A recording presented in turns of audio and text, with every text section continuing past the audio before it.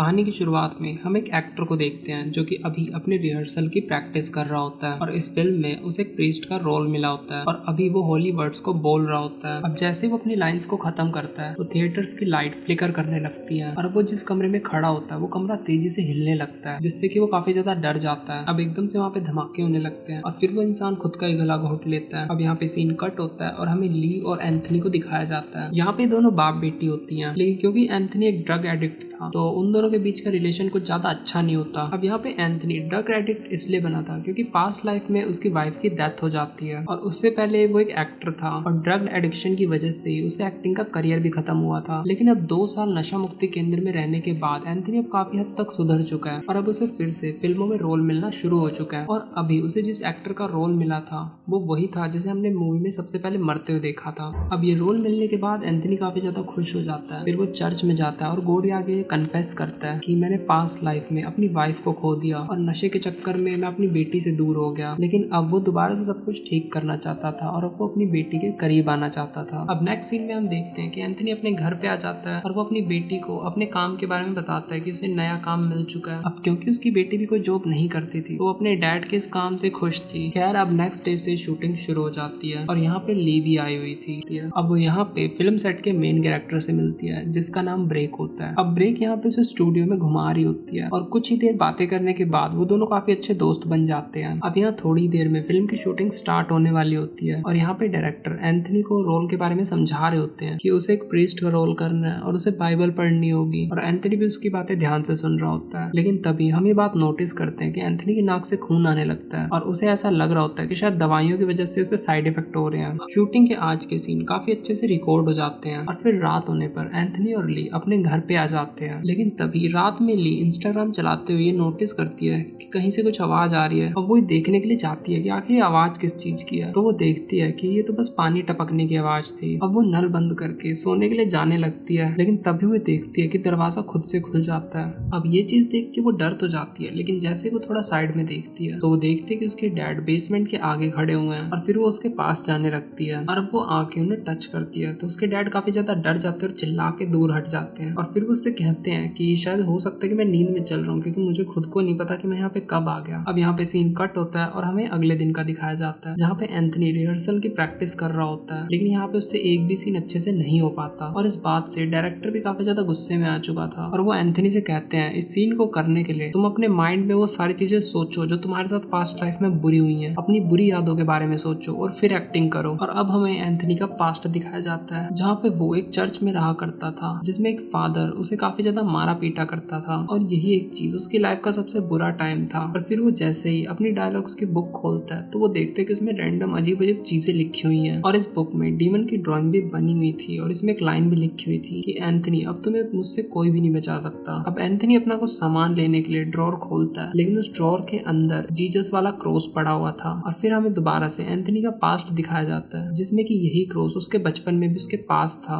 अब यहाँ पे ली आ जाती है और उनसे पूछती है कि आखिर आप डायलॉग्स ढंग से बोल क्यों नहीं पा रहे सेट पे, क्या आपको किसी चीज की टेंशन है? जिस पर एंथनी उसे कहता है कि नहीं ऐसी कोई बात नहीं है, बस मुझसे बाइबल्स की लाइन नहीं बोली जा रही, वो मुझे काफी ज्यादा अजीब लग रही है। अब ली उससे कहती है कि देखिए आप गॉड पे बिलीव रखे और खुद पर भी आप जरूर कर सकते हैं। अब यहाँ पे एंथनी अगले ही पल खड़ा हो जाता है और उसे काफी तेज के चक्कर आने लगते हैं और फिर वो कहता है कि शायद मुझे अब सो जाना चाहिए। अब ली भी उसकी इस बात को सुन के हाँ में जवाब देती है और उसे जाने देती है, लेकिन एक्चुअल में वो अभी अपने रूम में नहीं जाता, वो बेसमेंट में चला जाता है। अब ये बात ली को भी काफी ज्यादा अजीब लगती है और फिर वो उसका पीछा करती है। अब नीचे आने पर उसे कुछ अजीब आवाजें आती हैं तो इसीलिए वो अपने फोन का वॉइस रिकॉर्डर ऑन कर लेती है, लेकिन तभी उसका फोन गिर जाता है। अब वो जैसे ही फोन को उठाती है तो वो देखती है कि उसके डैड उसके सामने आ चुके हैं और वो बिना कपड़ों के हैं और वो गीले हैं काफी ज्यादा। और अब ली ये देखती है कि एंथनी की आंखें एकदम से व्हाइट कलर की हो जाती हैं और अब एंथनी उसे देखते हुए तेजी से ऊपर चला जाता है, लेकिन ऊपर आने के बावजूद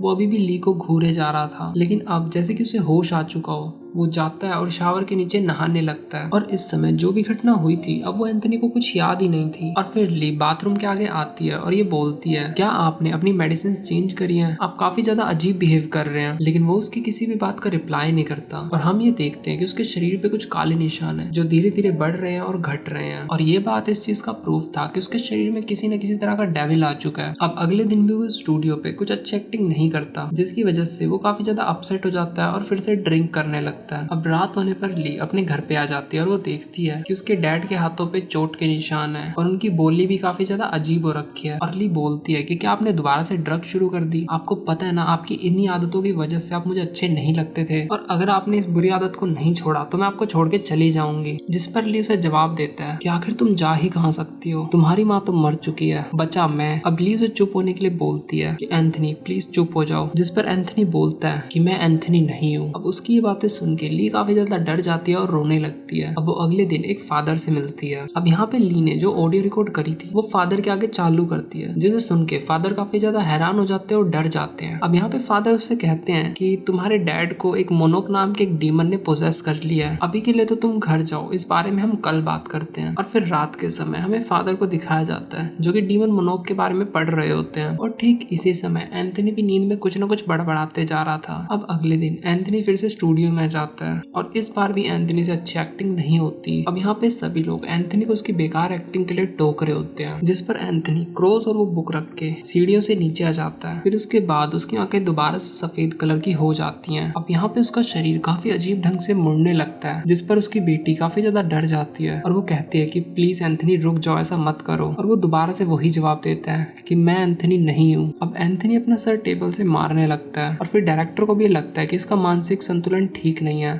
इसीलिए वो एक दूसरे एक्टर को उसका रोल दे देता है। अब जैसे ही वो एक्टर रिहर्सल करने लगता है तो एंथनी ने उसकी आंखों में कांच मार के उसे जान से ही मार देता है। उसकी हरकत की वजह से फिल्म को यहीं रोक दिया जाता है। और अब यहाँ पे जो फिल्म की मेन कैरेक्टर थी वो भी काफी ज्यादा सैड हो जाती है। अब क्योंकि वो काफी ज्यादा परेशान थी तो ली उसे अपने घर पे ले आती है, लेकिन यहाँ पर एंथनी ने उन पे दोबारा हमला कर दिया। अब यहाँ पर भी ली उसे रुकने के लिए कहती है, लेकिन इस बार एंथनी उसकी किसी भी बात का जवाब नहीं देता और वो थोड़ा सा पीछे जाता है और विंडो से जंप लगा देता है। अब यहाँ पे हैरानी की बात ये थी कि एंथनी यहाँ से नीचे नहीं गिरा होता, वो जैसे हवा में गायब हो जाता है क्योंकि वो उसे नीचे नहीं दिखाई देता। क्योंकि अब वो दोनों इस हादसे को देख के काफी ज्यादा डर चुकी थी तो वो दोनों इसी समय फादर के पास आ जाती है। तो यहाँ पे उसे फादर कहते हैं कि अगर तुम अपने डैड को ढूंढ रहे हो तो वो तुम्हें वहीं मिलेंगे जहाँ से इस डीमन की शुरुआत हुई थी, यानी कि सेट पे। और जब ली मूवी सेट पे आती है तो वो देखती है कि उसके सामने एक बाइबल पड़ी है और अब वो जैसे ही इस बाइबल को उठाती है तो अगले ही पल एंथनी उसके पीछे आ जाता है और अब वो उससे डरते हुए बाइबल की वर्स को पढ़ने लग जाती है। लेकिन यहाँ पे हैरानी की बात ये थी कि वो डीमन भी उन वर्स को पढ़ रहा था साथ साथ, मतलब देखने में ऐसा लग रहा था कि वो लाइंस डीमन पे कुछ असर ही नहीं कर रही। और अब डीमन उससे कहता है कि इन लाइंस को मैं सदियों से सुनता आ रहा हूँ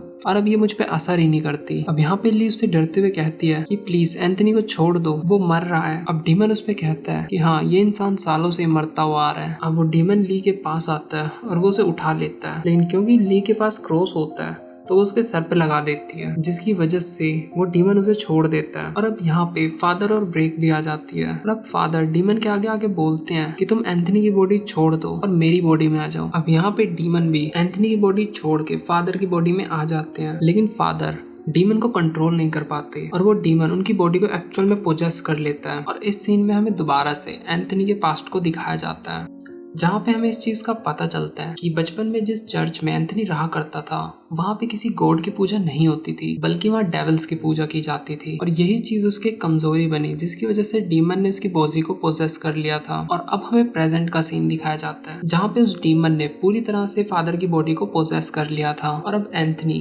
क्रॉस और बाइबल को उठाता है और बाइबल के वर्स को पढ़ने लगता है, लेकिन इस बार ये वर्स डीमन पे असर दिखा रही थी, क्योंकि अब एंथनी को गॉड पे पूरा बिलीव हो चुका था। और अब वो डीमन भी धीरे धीरे कमजोर होते हुए फादर की बॉडी को छोड़ देता है। और अब इसी के साथ ये मूवी यहीं पे खत्म हो जाती है।